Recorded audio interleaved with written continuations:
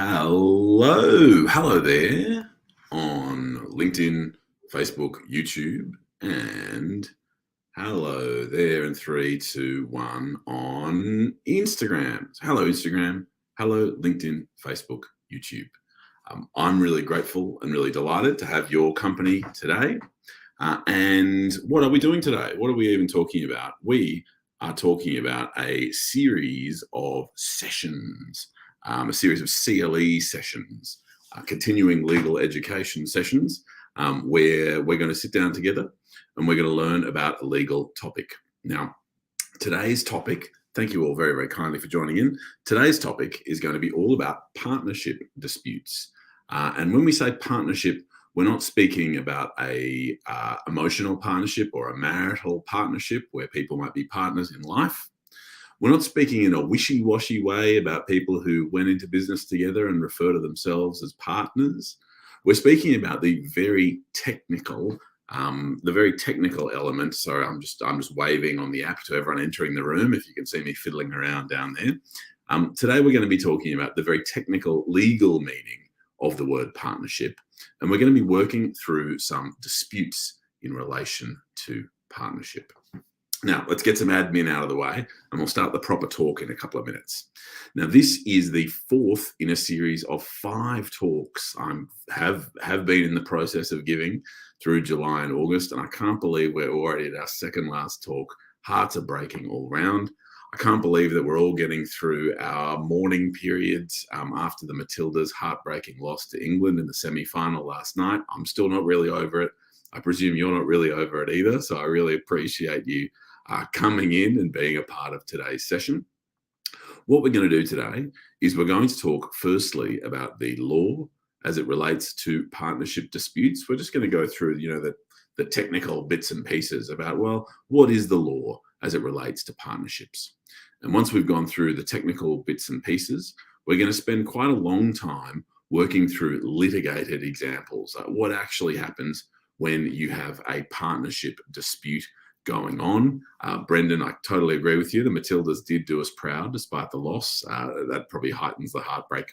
We're going to talk about these litigated examples. That's going to be the second part of the talk. And then the third part of today's talk is going to be some practical suggestions. And just to spoil the ending, as I so often do, one of the practical suggestions I'm going to make is that you, if you are a person in business or flirting with going into business, or you, if you're a lawyer advising someone about going into business, you ought to get a written partnership agreement in place, or potentially consider even whether partnership is the right structure for you if you are the person in business, or your client if you are the lawyer advising, because there are some technical fiddly bits of partnership law that we're going to work through today. All right, let's go, says Justin. I appreciate it. Appreciate the fire emojis. If you've got any fire emojis to share, please feel free to fire away with them. I'm so sorry for that terrible joke. Now, a couple more bits of admin. I'm working from a paper. So if you see me glancing in this direction, I'm looking at a paper that I'm working from, and I'm very happy to share it. So please feel free to DM me or send me an email, and I'd be very happy to send you a copy of the paper. Look, in my view, it's pretty useful. I'm certainly finding it pretty useful now. And if there's anything that you missed from today, or if you'd like to have the written kind of backup in relation to our discussion, there's that. I'll also say that during these sessions, I often get nice little apologies. I'm sorry I had to leave earlier. I had another commitment. That is totally fine. On whatever platform you're watching this on, so Instagram, for example, this video is going to be uploaded shortly after the session. So if you have to leave early, you'll miss the chance to comment and ask questions and engage, but the thing will still be there for you. Similarly, if you're on YouTube, yes, Facebook, I think so, and LinkedIn, I think so. This will stay uploaded. So don't sort of fret if you've got to leave the room. I'd love to have your company during the session, but don't beat yourself up if you've got to go and do some things. The one other thing I'll raise is, because I've seen it come up on a couple of platforms now, is if I can ask you please not to add your contact details in the comments below, because I can't then come back to those. If I can ask you to just ping me a DM on whatever platform you might be on, or send me an email. I'm pretty easy to find, pretty easy to Google. And so let us begin. I said that we're talking about partnership in the specific technical sense. Mike Seaton, great to have you in the room. Appreciate you joining in. So we're talking about partnership in the specific sense. We're certainly not talking about it in the family law sense. That's sorry, I just got a phone call that I had to hang up on. So we're certainly not talking about it in the family law sense of partnership, nor are we talking about it in kind of the loose, wishy-washy way that you might think of, oh yeah, we're business partners. We're talking about it in a very technical legal way. And right now we're going to work through those fiddly little technical legal bits that we're going to be able to figure out together. So there are three sort of broad issues that you're going to grapple with when you're thinking about partnership law. And they're essentially three questions, right? Does a partnership exist? And that's a pretty important question to ask, because if a partnership exists, then there are some really solemn duties that arise between the partners. So your clients are going to want to know, if you're a lawyer, or you are going to want to know if you're potentially in partnership, whether you are indeed in partnership, because there are some solemn things that flow from that. You owe duties, you're the beneficiary of those duties on the other side. What are the features of a partnership? So often when the court is looking at question one, is there a partnership? The court will be examining question two. What are the features of a partnership? Tick, tick, tick. Does the thing we're looking at have these features or not? And so those two questions are often linked together. Mina, I love the economy of that comment. Hello to you. Great to have your company. And that'll be the second of sort of the technical legal questions we look at. What are the features of a partnership? And then we're going to look at dissolution. What happens at the end of a partnership? How does it end? And what happens at the end? So the first question we're going to look at is the existence of a partnership. Now, I'm looking at the New South Wales legislation. There is different pieces of legislation in different jurisdictions. So it's important that you, when you're advising your client, or you, if you're thinking about whether this is the right structure for you, are looking at the legislation or the relevant law that applies in your jurisdiction. So when I make comments during this talk about sections, about acts, I'm talking about the New South Wales Act. And the acts are similar between Australian jurisdictions, but they're not identical. And so I just thought I'd bring that to your attention now. Okay. Interestingly, Section 2 of the Partnership Act, New South Wales, as I said, has some notes on what is not necessarily sufficient to form a partnership. Now, a partnership is importantly, it's not merely co-owning property, right? The fact that you and I might co-own some property, you and I might equally own, let's say, a license for some intellectual property, or we might equally own a piece of land together. The very fact of co-ownership is not enough to say, bang, you're both partners. There needs to be more than that.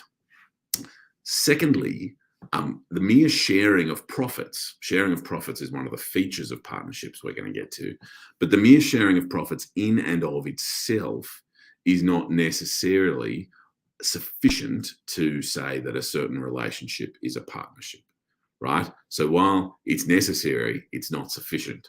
And it's one of those nice little legal phrases you might bump into from time to time. You do need to show there's profit sharing, but it's not enough to show that there's mere profit sharing. Okay. We also say that, I also want to bring to your attention that it's not necessary for the partnership agreement to be what we say reduced to writing. So it doesn't have to be a written agreement. It can be a handshake, it can be an oral agreement, or it can be something short of a very detailed and formal legal written agreement. So co-ownership is not enough. Sharing of profits is not enough, but it doesn't have to be in writing. So what are some features of partnerships? What are kind of the 5 boxes you need to tick, essentially, to say, right, the relationship we're looking at is indeed a partnership and is not merely, let's say, to speak broadly, a co-ownership agreement. So if I can just, I raised that in a bit of a fiddly way. And Hazel, it's great to have your company in the room. So let's say that we are comparing what we might call a co-ownership agreement, which might describe the agreement between you and I as to how we're going to manage this co-owned asset. And you might say, hey, that's a partnership agreement. We're in partnership. And I might say, no, we are not. I'm only going to be able to say no if I can say that you do not satisfy these criteria for a partnership to arise. And you are only going to be able to prove yes if you can prove that there are these key features of a partnership in place. Now, what are they? There are 5 of them. The first one is mutual agency, right? What that means is the act of one partner binds the others.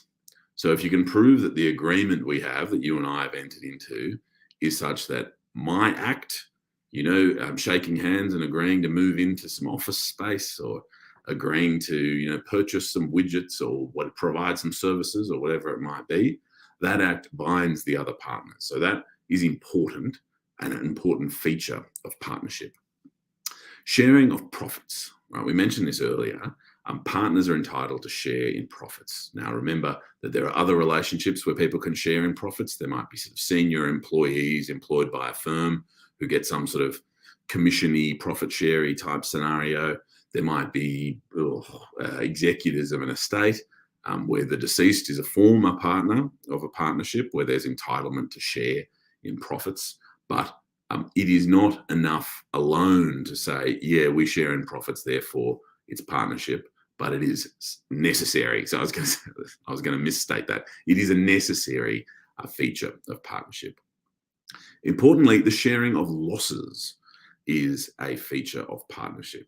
So if we think about something like an employee share sort of arrangement, or an employee participation in profits, you might have a senior employee in a small firm, and there might be this kind of, they share in profits.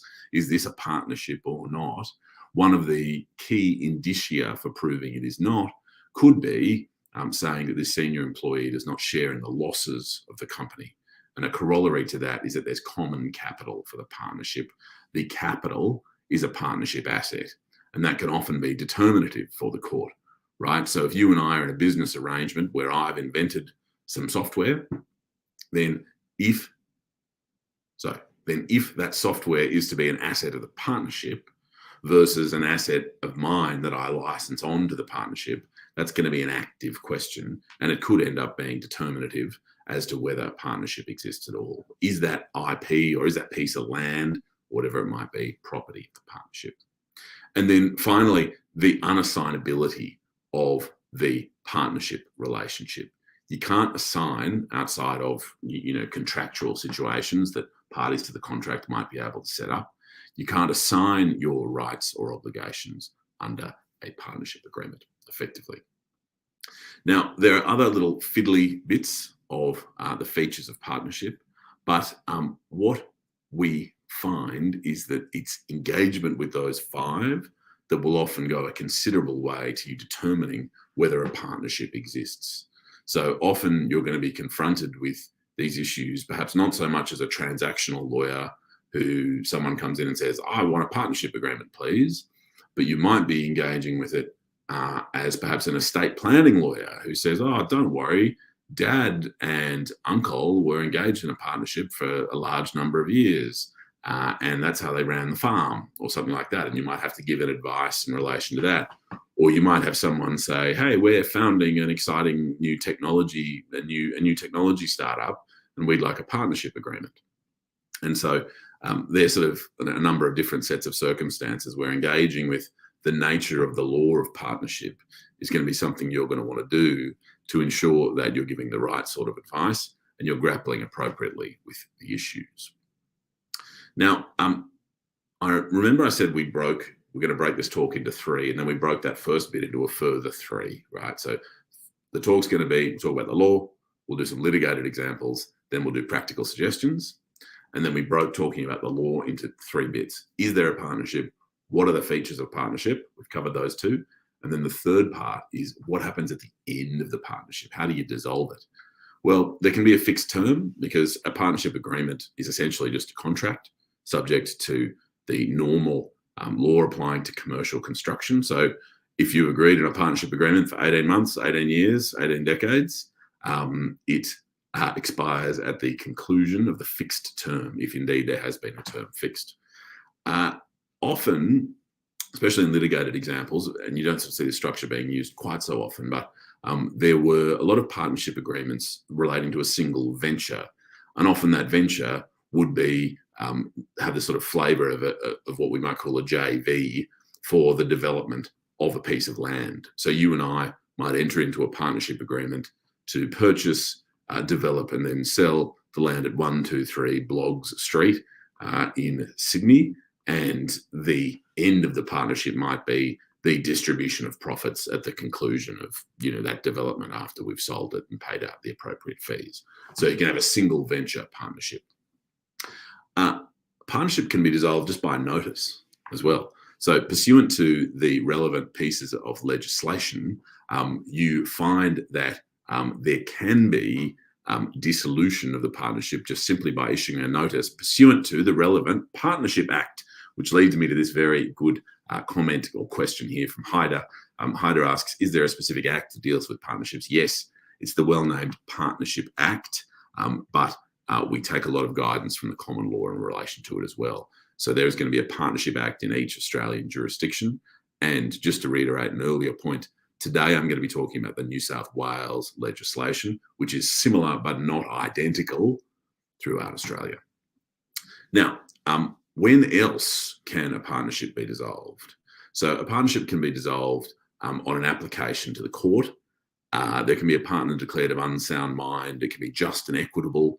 There can be a partner permanently incapable of executing their duties, a willful breach. Death is a pretty good way to dissolve a partnership. Things like bankruptcy and things like an insolvency event on the case of a partner will often be dealt with contractually. It'll often be set up in the partnership agreement as a basis for dissolving the partnership. Now, we're reviewing the law of partnership, right? We're in the middle of the really hard, we're coming to the end of the really hard bit of today's chat. And we're about to move on to some judicially considered examples of partnership disputes. But there were just a number of things I wanted you to hang on to before we leave this discussion about the technical law and get into when the rubber hits the road. Now, the disputes in relation to partnerships are sometimes about, is this a partnership or not? What are the features of this relationship? Are they sharing profits? Are they sharing losses? Is there mutual agency? This sort of stuff. But there are a number of partnerships disputes that are what we might call sort of satellite or corollary type disputes that are essentially about, where are we paying the corpus of this partnership? We've got these partnership assets. We're going to have a receiver manager appointed to these assets. What is the proportion that the proceeds are going to be paid in? So two different types of disputes we'll be bumping into today. I hope that assists. Let me just do a bit of admin before we move into the second section of today's paper. So 3 sections to today's paper. We're talking law. We've just done that. We're going to move on to judicially considered examples. That is going to start very soon. Third section, I'm going to make some practical suggestions for you that you can put to use in your practice. I'm reading from a paper. If you'd like a copy of it, great. Please send me a DM, send me an email, and I'd be delighted to send it on. And then finally, the final bit of admin just now is that this is the 4th in a series of 5 CLEs that I've been giving over July and August 2023. They've been really good fun. I can't believe at the end of this discussion we're going to be 80% done. My heart's a little bit broken about it. It feels very Matilda's last night about it. But I really hope you've been enjoying the sessions. And if you have, I'd be grateful if you sort of shared a link or told people about it or whatever it might be. Okay, let's get into the second part of the talk, the judicially considered examples. The first decision we're going to turn to is just a quick spoiler alert, one that we're going to come back to. We're actually going to get a sequel to it a little bit later. And it's a decision called Chicabo and Zvir. And this decision relates to the operating of an accountancy firm. The accountancy firm is a partnership founded by deed. And what the accountancy firm does is provide some accountancy and bookkeeping kind of services. And the way it develops business is that it tries to get its principles, and I'm going to come back to use the word principles, so just hang on to that in your head. I'm going to get, great to see you, JB, I'm going to get that idea of principles stuck in your head if I can.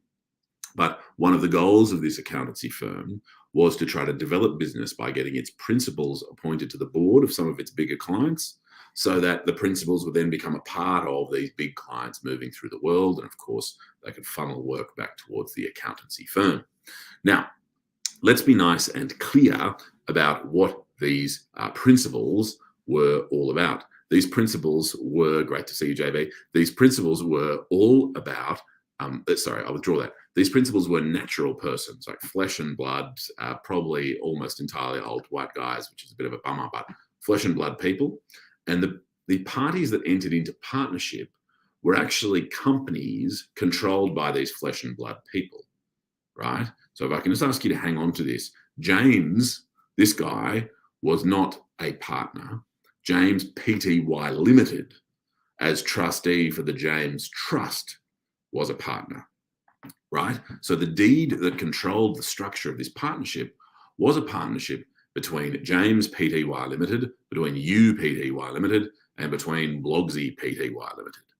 The partnership was not between James, you, and Blogsy, right? So on paper, it's just a whole bunch of companies signing up to a deed and holding out the natural persons, the flesh and blood people, holding them out as the principals. And I think they sometimes refer to them as partners in the loose sense of the accounting firm.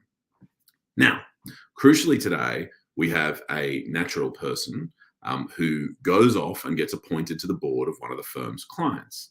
And the appointment apparently goes well, and there is an investment made and a thank you payment made. And I use the term thank you payment very loosely with great respect. I'm sort of being a little wishy-washy with the details. But in essence, we have $15 million end up in the hands of entities related to this corporate entity and entities related to this natural person. And so what I want to convey to you is that as a result of this business development opportunity, this partner gets 15 grand in the hand for their entities. Anyone who has to leave, Martha, that is so respectful and kind of you to add the comment apologizing for leaving early. Anyone who needs to leave, please feel welcome. I'd love you to stay and make comments and ask questions, but this talk will stay up on whatever platform you're watching on now. So look, love as many people in the room as I can get, but totally understand everyone's got lives to lead. And yeah, this will be here for you when you come back. Sorry, so if I can return to this decision. So we've got $15 million that is diverted away from the accountancy firm, the partnership. And so what the firm does is sue. And the people the firm sues include the natural person, the flesh and blood person, right, who got some of these payments and failed to account for them. Now, what that natural person says is, yeah, okay, maybe my company, speaking loosely, maybe my company's a partner. And so maybe my company owes these fiduciary relationships to the lottiers, to the restiers, but I'm a flesh and blood person. You can't see I'm not a party to this agreement. Me, Pty Limited, is a party, but not me, right? And so what is asserted is, no. This partnership agreement gives rise to obligations not merely between the companies, but between the natural persons as well. So this is the question the court is forced to grapple with, because it's litigated. They're saying, no, like the bloke himself, the natural person, is a party. And so there are some really interesting operative bases for the court coming to its decision with respect. And one of them is that the deed sets out what happens in relation to things like illness, things like sickness, things like bankruptcy, things like age. And illness, sickness, death, bankruptcy, age, well, I guess age technically, but those other things can't really happen to companies. Can't have a company go bankrupt. You can have a company be placed into liquidation, of course, or be insolvent, but bankrupt is not a description that can be applied in a technical sense in a meaningful way to a company. Similarly, it can't be dead. Death can't be applied to it. And so noting that, and noting the broader sort of commercial circumstances and the fact that parts of the deed would be rendered a nonsense if the court was to hold that the natural persons were not parties to the agreement, the court found that the natural persons were indeed parties, and so the partnership was indeed entitled to recover against the natural person for the breach of fiduciary duties. I've got a lot of cases to work through. We're not going to work through them all. I'm going to have a sip of water, and I'm going to invite you to ask any questions you might have. I'm going to remind you that if you want the citations for any of these cases, I can hand them to you and they'll be in the paper if you want to ask for a copy of them. That is fine. Okay, we're now going to turn to a decision called Murray and Ferros. And The short point in relation to Murray and Ferros is that there are these various groups that enter into an agreement relating to the running of a pharmacy group. We've got 6 different sort of entities or structures in relation to a group of pharmacies. 3 of them are partnerships between the same people. The 4th of them is a partnership between those people and 1 extra. And then the 5th and 6th are companies controlled by those 3 people. And this group is run by way of like a management board who, despite the fact that all 6 of these entities, I don't need to show you how many's in 6, we can all count, hopefully, despite the fact that each of these 6 entities is a legally distinct either entity in the case of the companies or relationship in the case of the partnerships, it is run at heart by one management board. And there are difficulties with this management board. There are problems with finance. There are problems with the way it's going to be run. The financier's getting a little bit toey and is talking about receivership and all this scary sort of stuff. And so in the circumstances, one of the sets of partners comes to the court and applies for the partnerships to be dissolved on the just and equitable basis, and for the companies to be placed into liquidation, to be wound up on the just and equitable basis. And in short, the court found, with all this stuff looming, with these, with these management challenges, it was indeed appropriate that the companies be wound up. Now, there are a couple of other things that flowed from that. Firstly, the identity of the liquidators / receivers. So you appoint receiver managers to the assets of a partnership, and you appoint liquidators to companies. So here we have, what receiver managers are we going to appoint to these 4 partnerships, and what liquidators are we going to appoint to these 2 companies? And the court was presented with 2 competing insolvency practitioners, competing potential receiver managers and liquidators. And the court decided upon receiver manager and liquidator being the same party, which strikes me with great respect as very good sense. And they elected parties who had experience dealing with pharmacies. And so what we learned about there, I say, is that the court is going to, with great respect, turn its attention reasonably closely to the nature of the identities that a person looking to dissolve a partnership wants to get involved. Now, the one other issue is the costs of the dissolution. Now, our defendants said, oh, hey, the plaintiffs should bear their own legal costs of this. And the court found no, the costs of the dissolution were not improperly incurred. The cost of the dissolution are properly considered costs of the partnership, and so the partnership ought to pay for them. And so what we learn is that these 6 entities, or 2 entities and 4 relationships, are the subject of the appointment of a receiver or the appointment of a liquidator. We find that the choice of identity for that person is someone experienced in the industry, and we find that the legal costs associated with the application are paid from the corpus of the companies or from the assets of the partnership. Now, I've got lots of questions. I'll try to answer one. Justin asks, thoughts on a situation where business partners are all direct? Now, Justin, can I be really nitpicky? Can we as lawyers try to use the word partners? And I ask this with great respect, and I don't expect everyone to be able to agree. But if we can try to avoid using the word partners, unless we're describing partners in the partnership sense, because my brain will start to fall out. Thoughts on a situation where business partners, where fellow business people, if you'll forgive me for editing your question, Justin, are all directors of a company, and then one director secures a board position on one of the company's clients. Any curly obligations to be considered? Yes, Justin. Principals. Justin makes the correction with his next comment. I'm very grateful. The short point is, Justin, yes, there are considerations to be made. So where there are directors on a board of one company, and we're thinking about whether one of those directors might accept an appointment to another client company of the corporation, the question of conflict of interest looms very, very centrally. Because, and not to get too distracted and sort of dive into corporate law and director's duties, but that director owes a duty to the firm company, if we describe it that way, whatever the service provider company is. And if that director takes an appointment at the client company, that director will owe profound duties at the client company as well. Now, the duties at the client company are probably to reduce fees from external consultants, and the director's duties at the firm company are probably get in some more consultant fees. So as you might imagine, I'd say with great respect, there would be curly issues to be dealt with, but relationships like that are not utterly unusual. And indeed, in Chicabo versus Severe, which is why I suspect the fact pattern has jumped into your head, there are ways and means for dealing with this stuff, often by agreement and by disclosure to the existing companies, the nature of the relationships and that sort of thing. So there are curly issues and they can be dealt with. Hope that answer assisted. Okay, let us move to the next decision.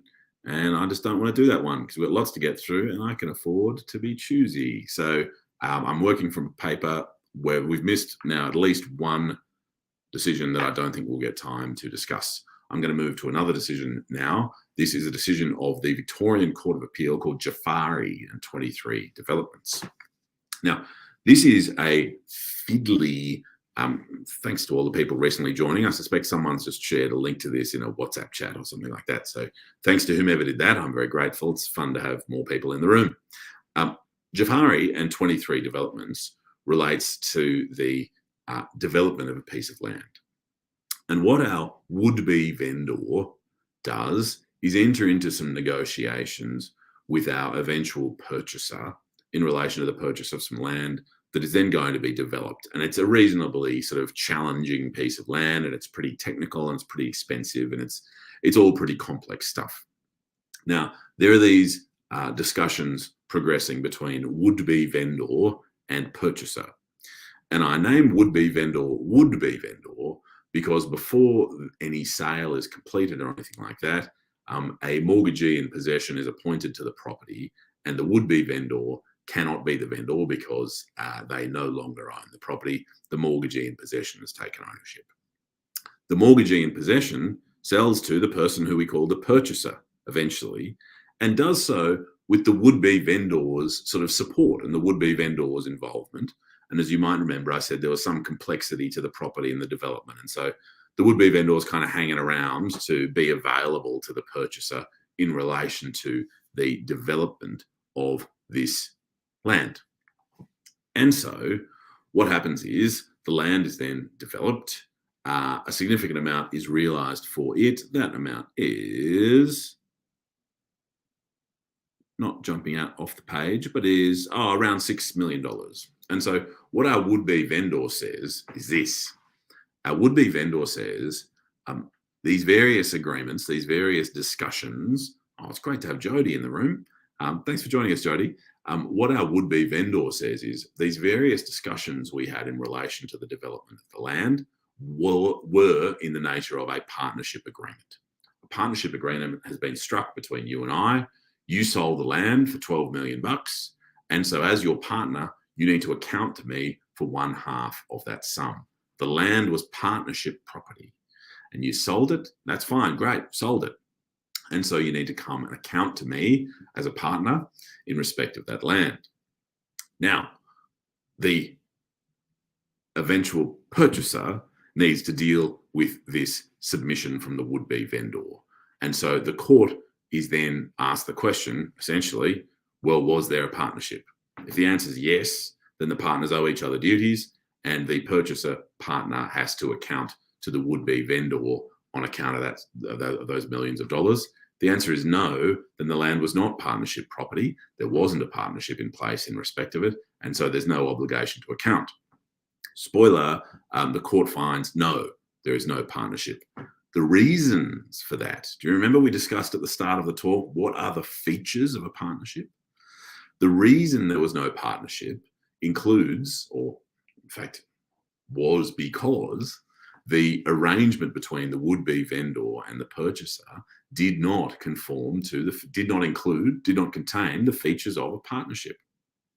There was no term that our purchaser took ownership of the property on behalf of the partners as partners. I keep having people from work phoning me. Surely everyone's watching this. Hugh and Grace, I love you guys so much, but please, I just cannot believe you're not watching this gripping presentation on partnership disputes. And sorry, anyone in the office who sees me getting interrupted, it's Hugh and Grace, those lovely crazy characters. They keep trying to buzz my phone when I'm on live on Instagram, live on YouTube, Facebook, LinkedIn. Why did the court find this was not a partnership relationship? Well, there was no term dealing with liability in relation to the sharing of losses. And interestingly, the partners, I'll draw out the parties who were not partners. Great to have you join us, Emma.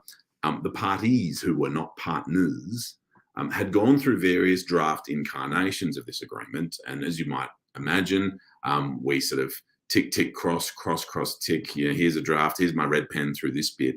We go through these amendments.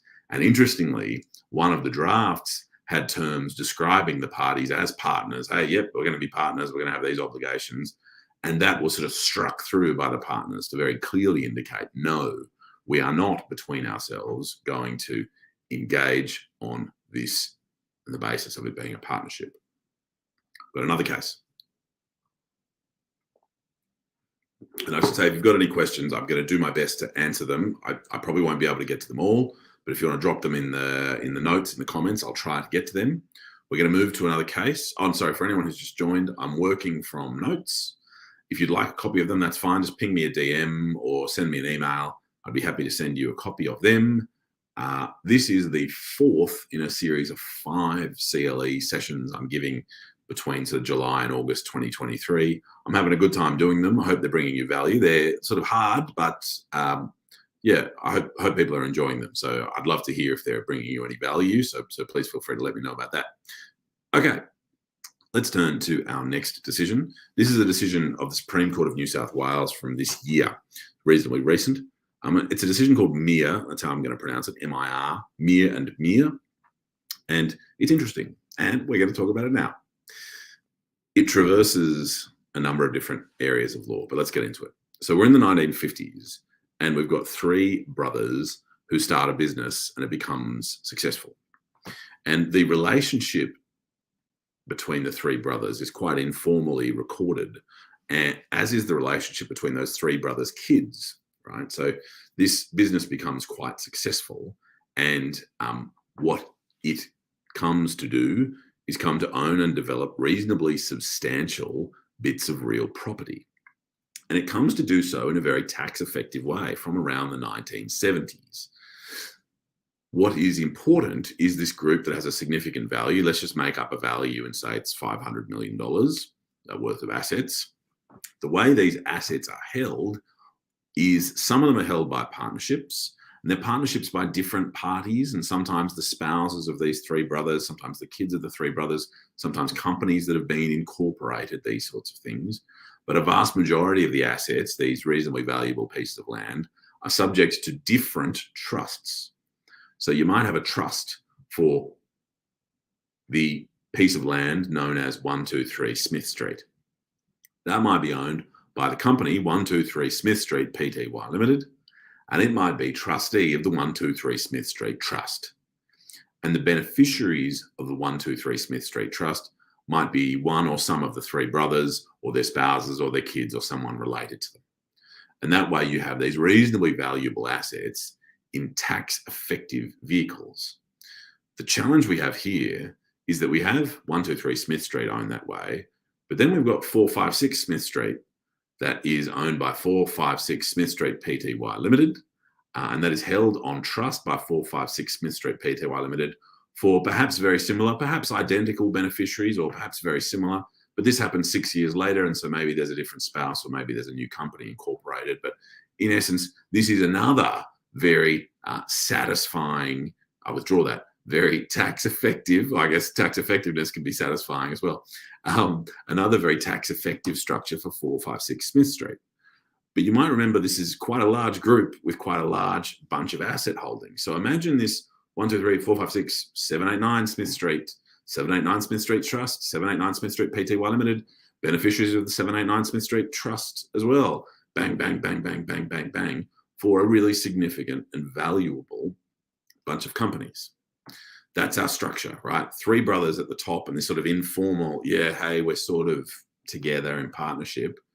But what we're sort of in quote, quote, partnership about is a large number of these quite tax effective structures that are on their face individuals, right? Because 123 Smith Street is not necessarily subject to a more formalized structure. Now, The brothers agree more or less between themselves to go their separate ways, but there's one plaintiff brother who's particularly disappointed. And this plaintiff brother attempts to say, look, this group is an overarching, like the whole thing, come on, it's a partnership. I know it's broken up into these little bits, a couple of little partnerships here, a few little trusts, a few little companies, all that sort of thing, but it's a partnership. And I'm giving notice for dissolution of the partnership, or I'm suggesting that it ought to be dissolved on the just and equitable basis, and that should be that. And what the court said was no in relation to that, because the assets, I withdraw that, because the relationship between the three brothers, I withdraw that, because the assets that formed part of the assets of the group were not themselves partnership assets. They were assets of each of the individual trusts. And the plaintiff wasn't able to point to 123 Smith Street Pty Limited, point to a specific asset and say, hey, in relation to this asset, this is a partnership asset, or this falls on the balance sheet of the partnership, or whatever it might be. And so the plaintiff said, oh, okay, and an alternate claim is the sort of claim we'll be discussing next time we have one of these CLE sessions in a fortnight. It was to wind up the group on the just and equitable basis. Tim, great to have you join the session. And what the court said was, well, no, hang on, the group cannot be wound up on the just and equitable basis because the group is not itself one company. What you need to do is you need to put evidence in front of the court that each of the constituent parts of the group needs itself to be wound up. 123 Smith Street Pty Limited needs to be wound up. 4567 Smith Street Pty Limited needs to be wound up. 678 Each of the single parts of the group need to be subject to its own application if indeed there are to be orders made that have the effect of winding up the various entities in the structure. And what the court said was, the evidence you've put before us ventilates difficulties with the whole group. It doesn't ventilate difficulties with each precise pinpoint version, I withdraw the word version, each pinpoint structure or company within that group. And so the court says, look, they're also not parties to it, right? So the court says that, look, we cannot order the winding up of the whole group, nor each of these independent parties. And so the plaintiff fails. The plaintiff fails to dissolve this group, and the court notes that the plaintiff fails on this dissolution application in circumstances where the three brothers more or less agree that, look, we're not really getting along. Yeah, look, this structure isn't really doing the work for us that we would have hoped for. And so on one view, the court accepts this. It's not the most satisfying outcome.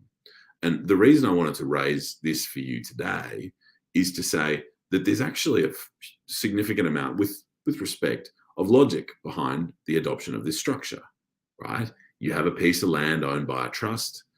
You have that trust distributing the proceeds of ownership of that land, whether that be selling it for a profit, whether that be generating rent or whatever it might be, paying that amount out in a tax-effective way to various beneficiaries. That's a good structure, tried and true. It's been used a million times. And indeed, it was used a million times with respect in this group. And so on the face of it, we're able to say, let's dissolve this. And the answer to that is, well, you've chosen a structure and the choice of that structure is such that it is one you're going to have to be bound to. And the fact you've chosen to incorporate all these companies, all these trusts, without some overarching document that can govern the relationship between them all is an outcome you're going to have to be bound to. And so a good structure for tax that we've just discussed turned out to not necessarily be the best structure that the parties wanted when it came time to dissolve their relationships. Okay. Can I take you to a sequel to the earlier discussion we had? And we won't spend as much time on this one, I promise. This is another decision involving Zvir Pty Limited. Zvir Pty Limited is the company that operated that accounting firm that I referred to. Remember, we had that accounting firm and the partner who went off had to come back and account. The decision of Chicabo and Zvir, I think it was. Now here we have an action brought by like a 9% partner of this partnership who also wanted to come in and sue this defendant for a slice of what they had directed away from the partnership, right? They said, hey, I wasn't aware of this earlier piece of litigation. And so now is my opportunity to come and bring proceedings, and that's what I'm going to do. And what the defendant had to raise was the issue of res, well, a number of issues, including res judicata. Someone will correct me on my pronunciation there, and say, look, this is done. Or in the alternative, say, hey, there's a settlement deed that the parties entered into that dealt with this litigation on behalf of the partnership, and you're bound by it. Now, what is important is that the defendant succeeds in relation to that point. There is a deed. The deed appoints a representative of the partnership prior to the departure of the plaintiff in these proceedings. Forgive me if this gets too technical. And remember, if we fall down a technical rabbit hole, get the paper from me. And I've also done a case note on this that I can direct you to that'll be more detailed and probably better organized than what I'm saying now. But in essence, there's a deed that empowered the parties, the controlling minds behind the new partnership after the retiring partner departed, to conduct that piece of litigation and to settle it on terms they saw fit, which they did. And so that meant that the partner who was suing, the partner left out of that earlier litigation, as they would see it, was unable to recover for their 9% slice of the amount claimed. And the other fiddly interesting bit here is that when you say you're a partner in respect of 9% or whatever it was this partner was claiming, what you're actually saying is that is the proportion of partnership assets that I would be entitled to on the dissolution of the partnership. Does that make sense? So you've got to dissolve it in order to cash out. It does not say, I own 9% of every asset the partnership has. I hope that makes sense. So there's a difference between a percentage entitlement to the proceeds of dissolution of the partnership versus a proportionate ownership stake of the assets of the partnership. And try saying that 10 times fast, and try saying that when you haven't eaten any lunch, which I plan to do shortly. I've got 2 more cases I'd like to cover with you. Apparently 3 more, but I'm going to skip one. And let's skip Christian and Cooper. And let's head to Scrivener and Capello, but not before we do Calicosi. Right, Calicosi related to 4 or 5 partners. And the fundamental issue here is when we are disposing of these partnership assets, in circumstances where there were 4 people who are members of the same family, some of them siblings and some of them people married to the siblings, there were certain times where the accounts of the partnership reflected what we might call 4 quarters, and the final married couple, who were the defendants, each taking an eighth, as it were. So they each had a 1/2 entitlement to 1 quarter. And there were other records that suggested there were 5 partners, 5/5, with each partner taking a 1/5, including spouse 1 taking a 1/5 and spouse 2 taking a 1/5. And what the plaintiff said was, well, there were these contracts signed, there were payments accepted, and there were tax affairs managed on the basis of 5/5. What the 4 quarters argument was that drawings throughout the life of the partnership were paid in this way, was that the spouse of this couple, the sort of leading engaged spouse, was paid a management fee, and there was no agreement to vary the partnership proportion, with successive financial statements being prepared on the basis of 4 quarters. And the court has to work through and balance this evidence between, is it this 5/5 with these partners sort of becoming independent of their spousal relationship, if you were, or is it 4 quarters? The court works through the nature of the relationship between the parties and finds 4 quarters. Now let's quickly do Scrivener and Capello. The fundamental part of this decision is the payment of money that we've got these 2 parties agreeing. They come together, they want to buy some adjoining properties, sell them at a profit. They share the costs and expenses of doing it. They want to share the profits too. Sounds to you like a partnership? Sounds to me like a partnership. The properties get bought, or most of them, and they get bought in the name of a trustee company that is under the control of one of these partners. And what the other partner tries to do is go, oh, great, well, it's partnership property. I'll take that back now. And what the company, what the partner, or the alleged partner related to that trustee company says, ironically, is good luck enforcing any obligation to do that. Well, ironically, and irony tends to do this, the applicant didn't need luck. There was a finding made that there was a partnership reached on the basis of the partnership between the two parties satisfying the features of the partnership. And what that meant was that the proceeds of sale held by the trustee company, remember, who was incorporated, owned the land, sold it, held the money, were actually held on trust for the benefit of the partnership. And so that meant that each partner was entitled to those trust proceeds, and indeed, they are the orders the court eventually made. That's it for the moment of talking about judicially considered examples of partnership disputes. I'm going to take a sip of water. Remember, we divided our talk today into three sections. Firstly, we talked about the law. We just finished our discussion about some judicially considered examples, some contested cases about partnership disputes. And we're just about to get into some practical suggestions. Before that, can I do a quick bit of admin? This is the fourth of 5 1-hour CLEs I'm giving. The next time I'm giving is in 1 fortnight from today. So I'd love to have your company to that one. I'd love you to share around the recorded copy of this one if you'd like. If you think there's anyone around who takes some value from it, I'd be grateful if you're happy to share it around. I'm working from a paper, and if you'd like a copy of it, please feel free. Justin, great to have you in the room. Please feel free to send me a DM to seek a copy of the paper or anything like that. And if you've joined more recently and you've missed something, don't worry. I'll end up uploading this on whatever platform you're on. So if you're on YouTube, Facebook, LinkedIn, it's going to be there for a while, I think. If you're on Instagram, I'll put it on my, what do they call it, wall. I'll put it on my feed. I'll put it, whatever. You know what I mean when I say that. It'll be up there for you. So we've talked about the law. We've talked about the litigated decisions.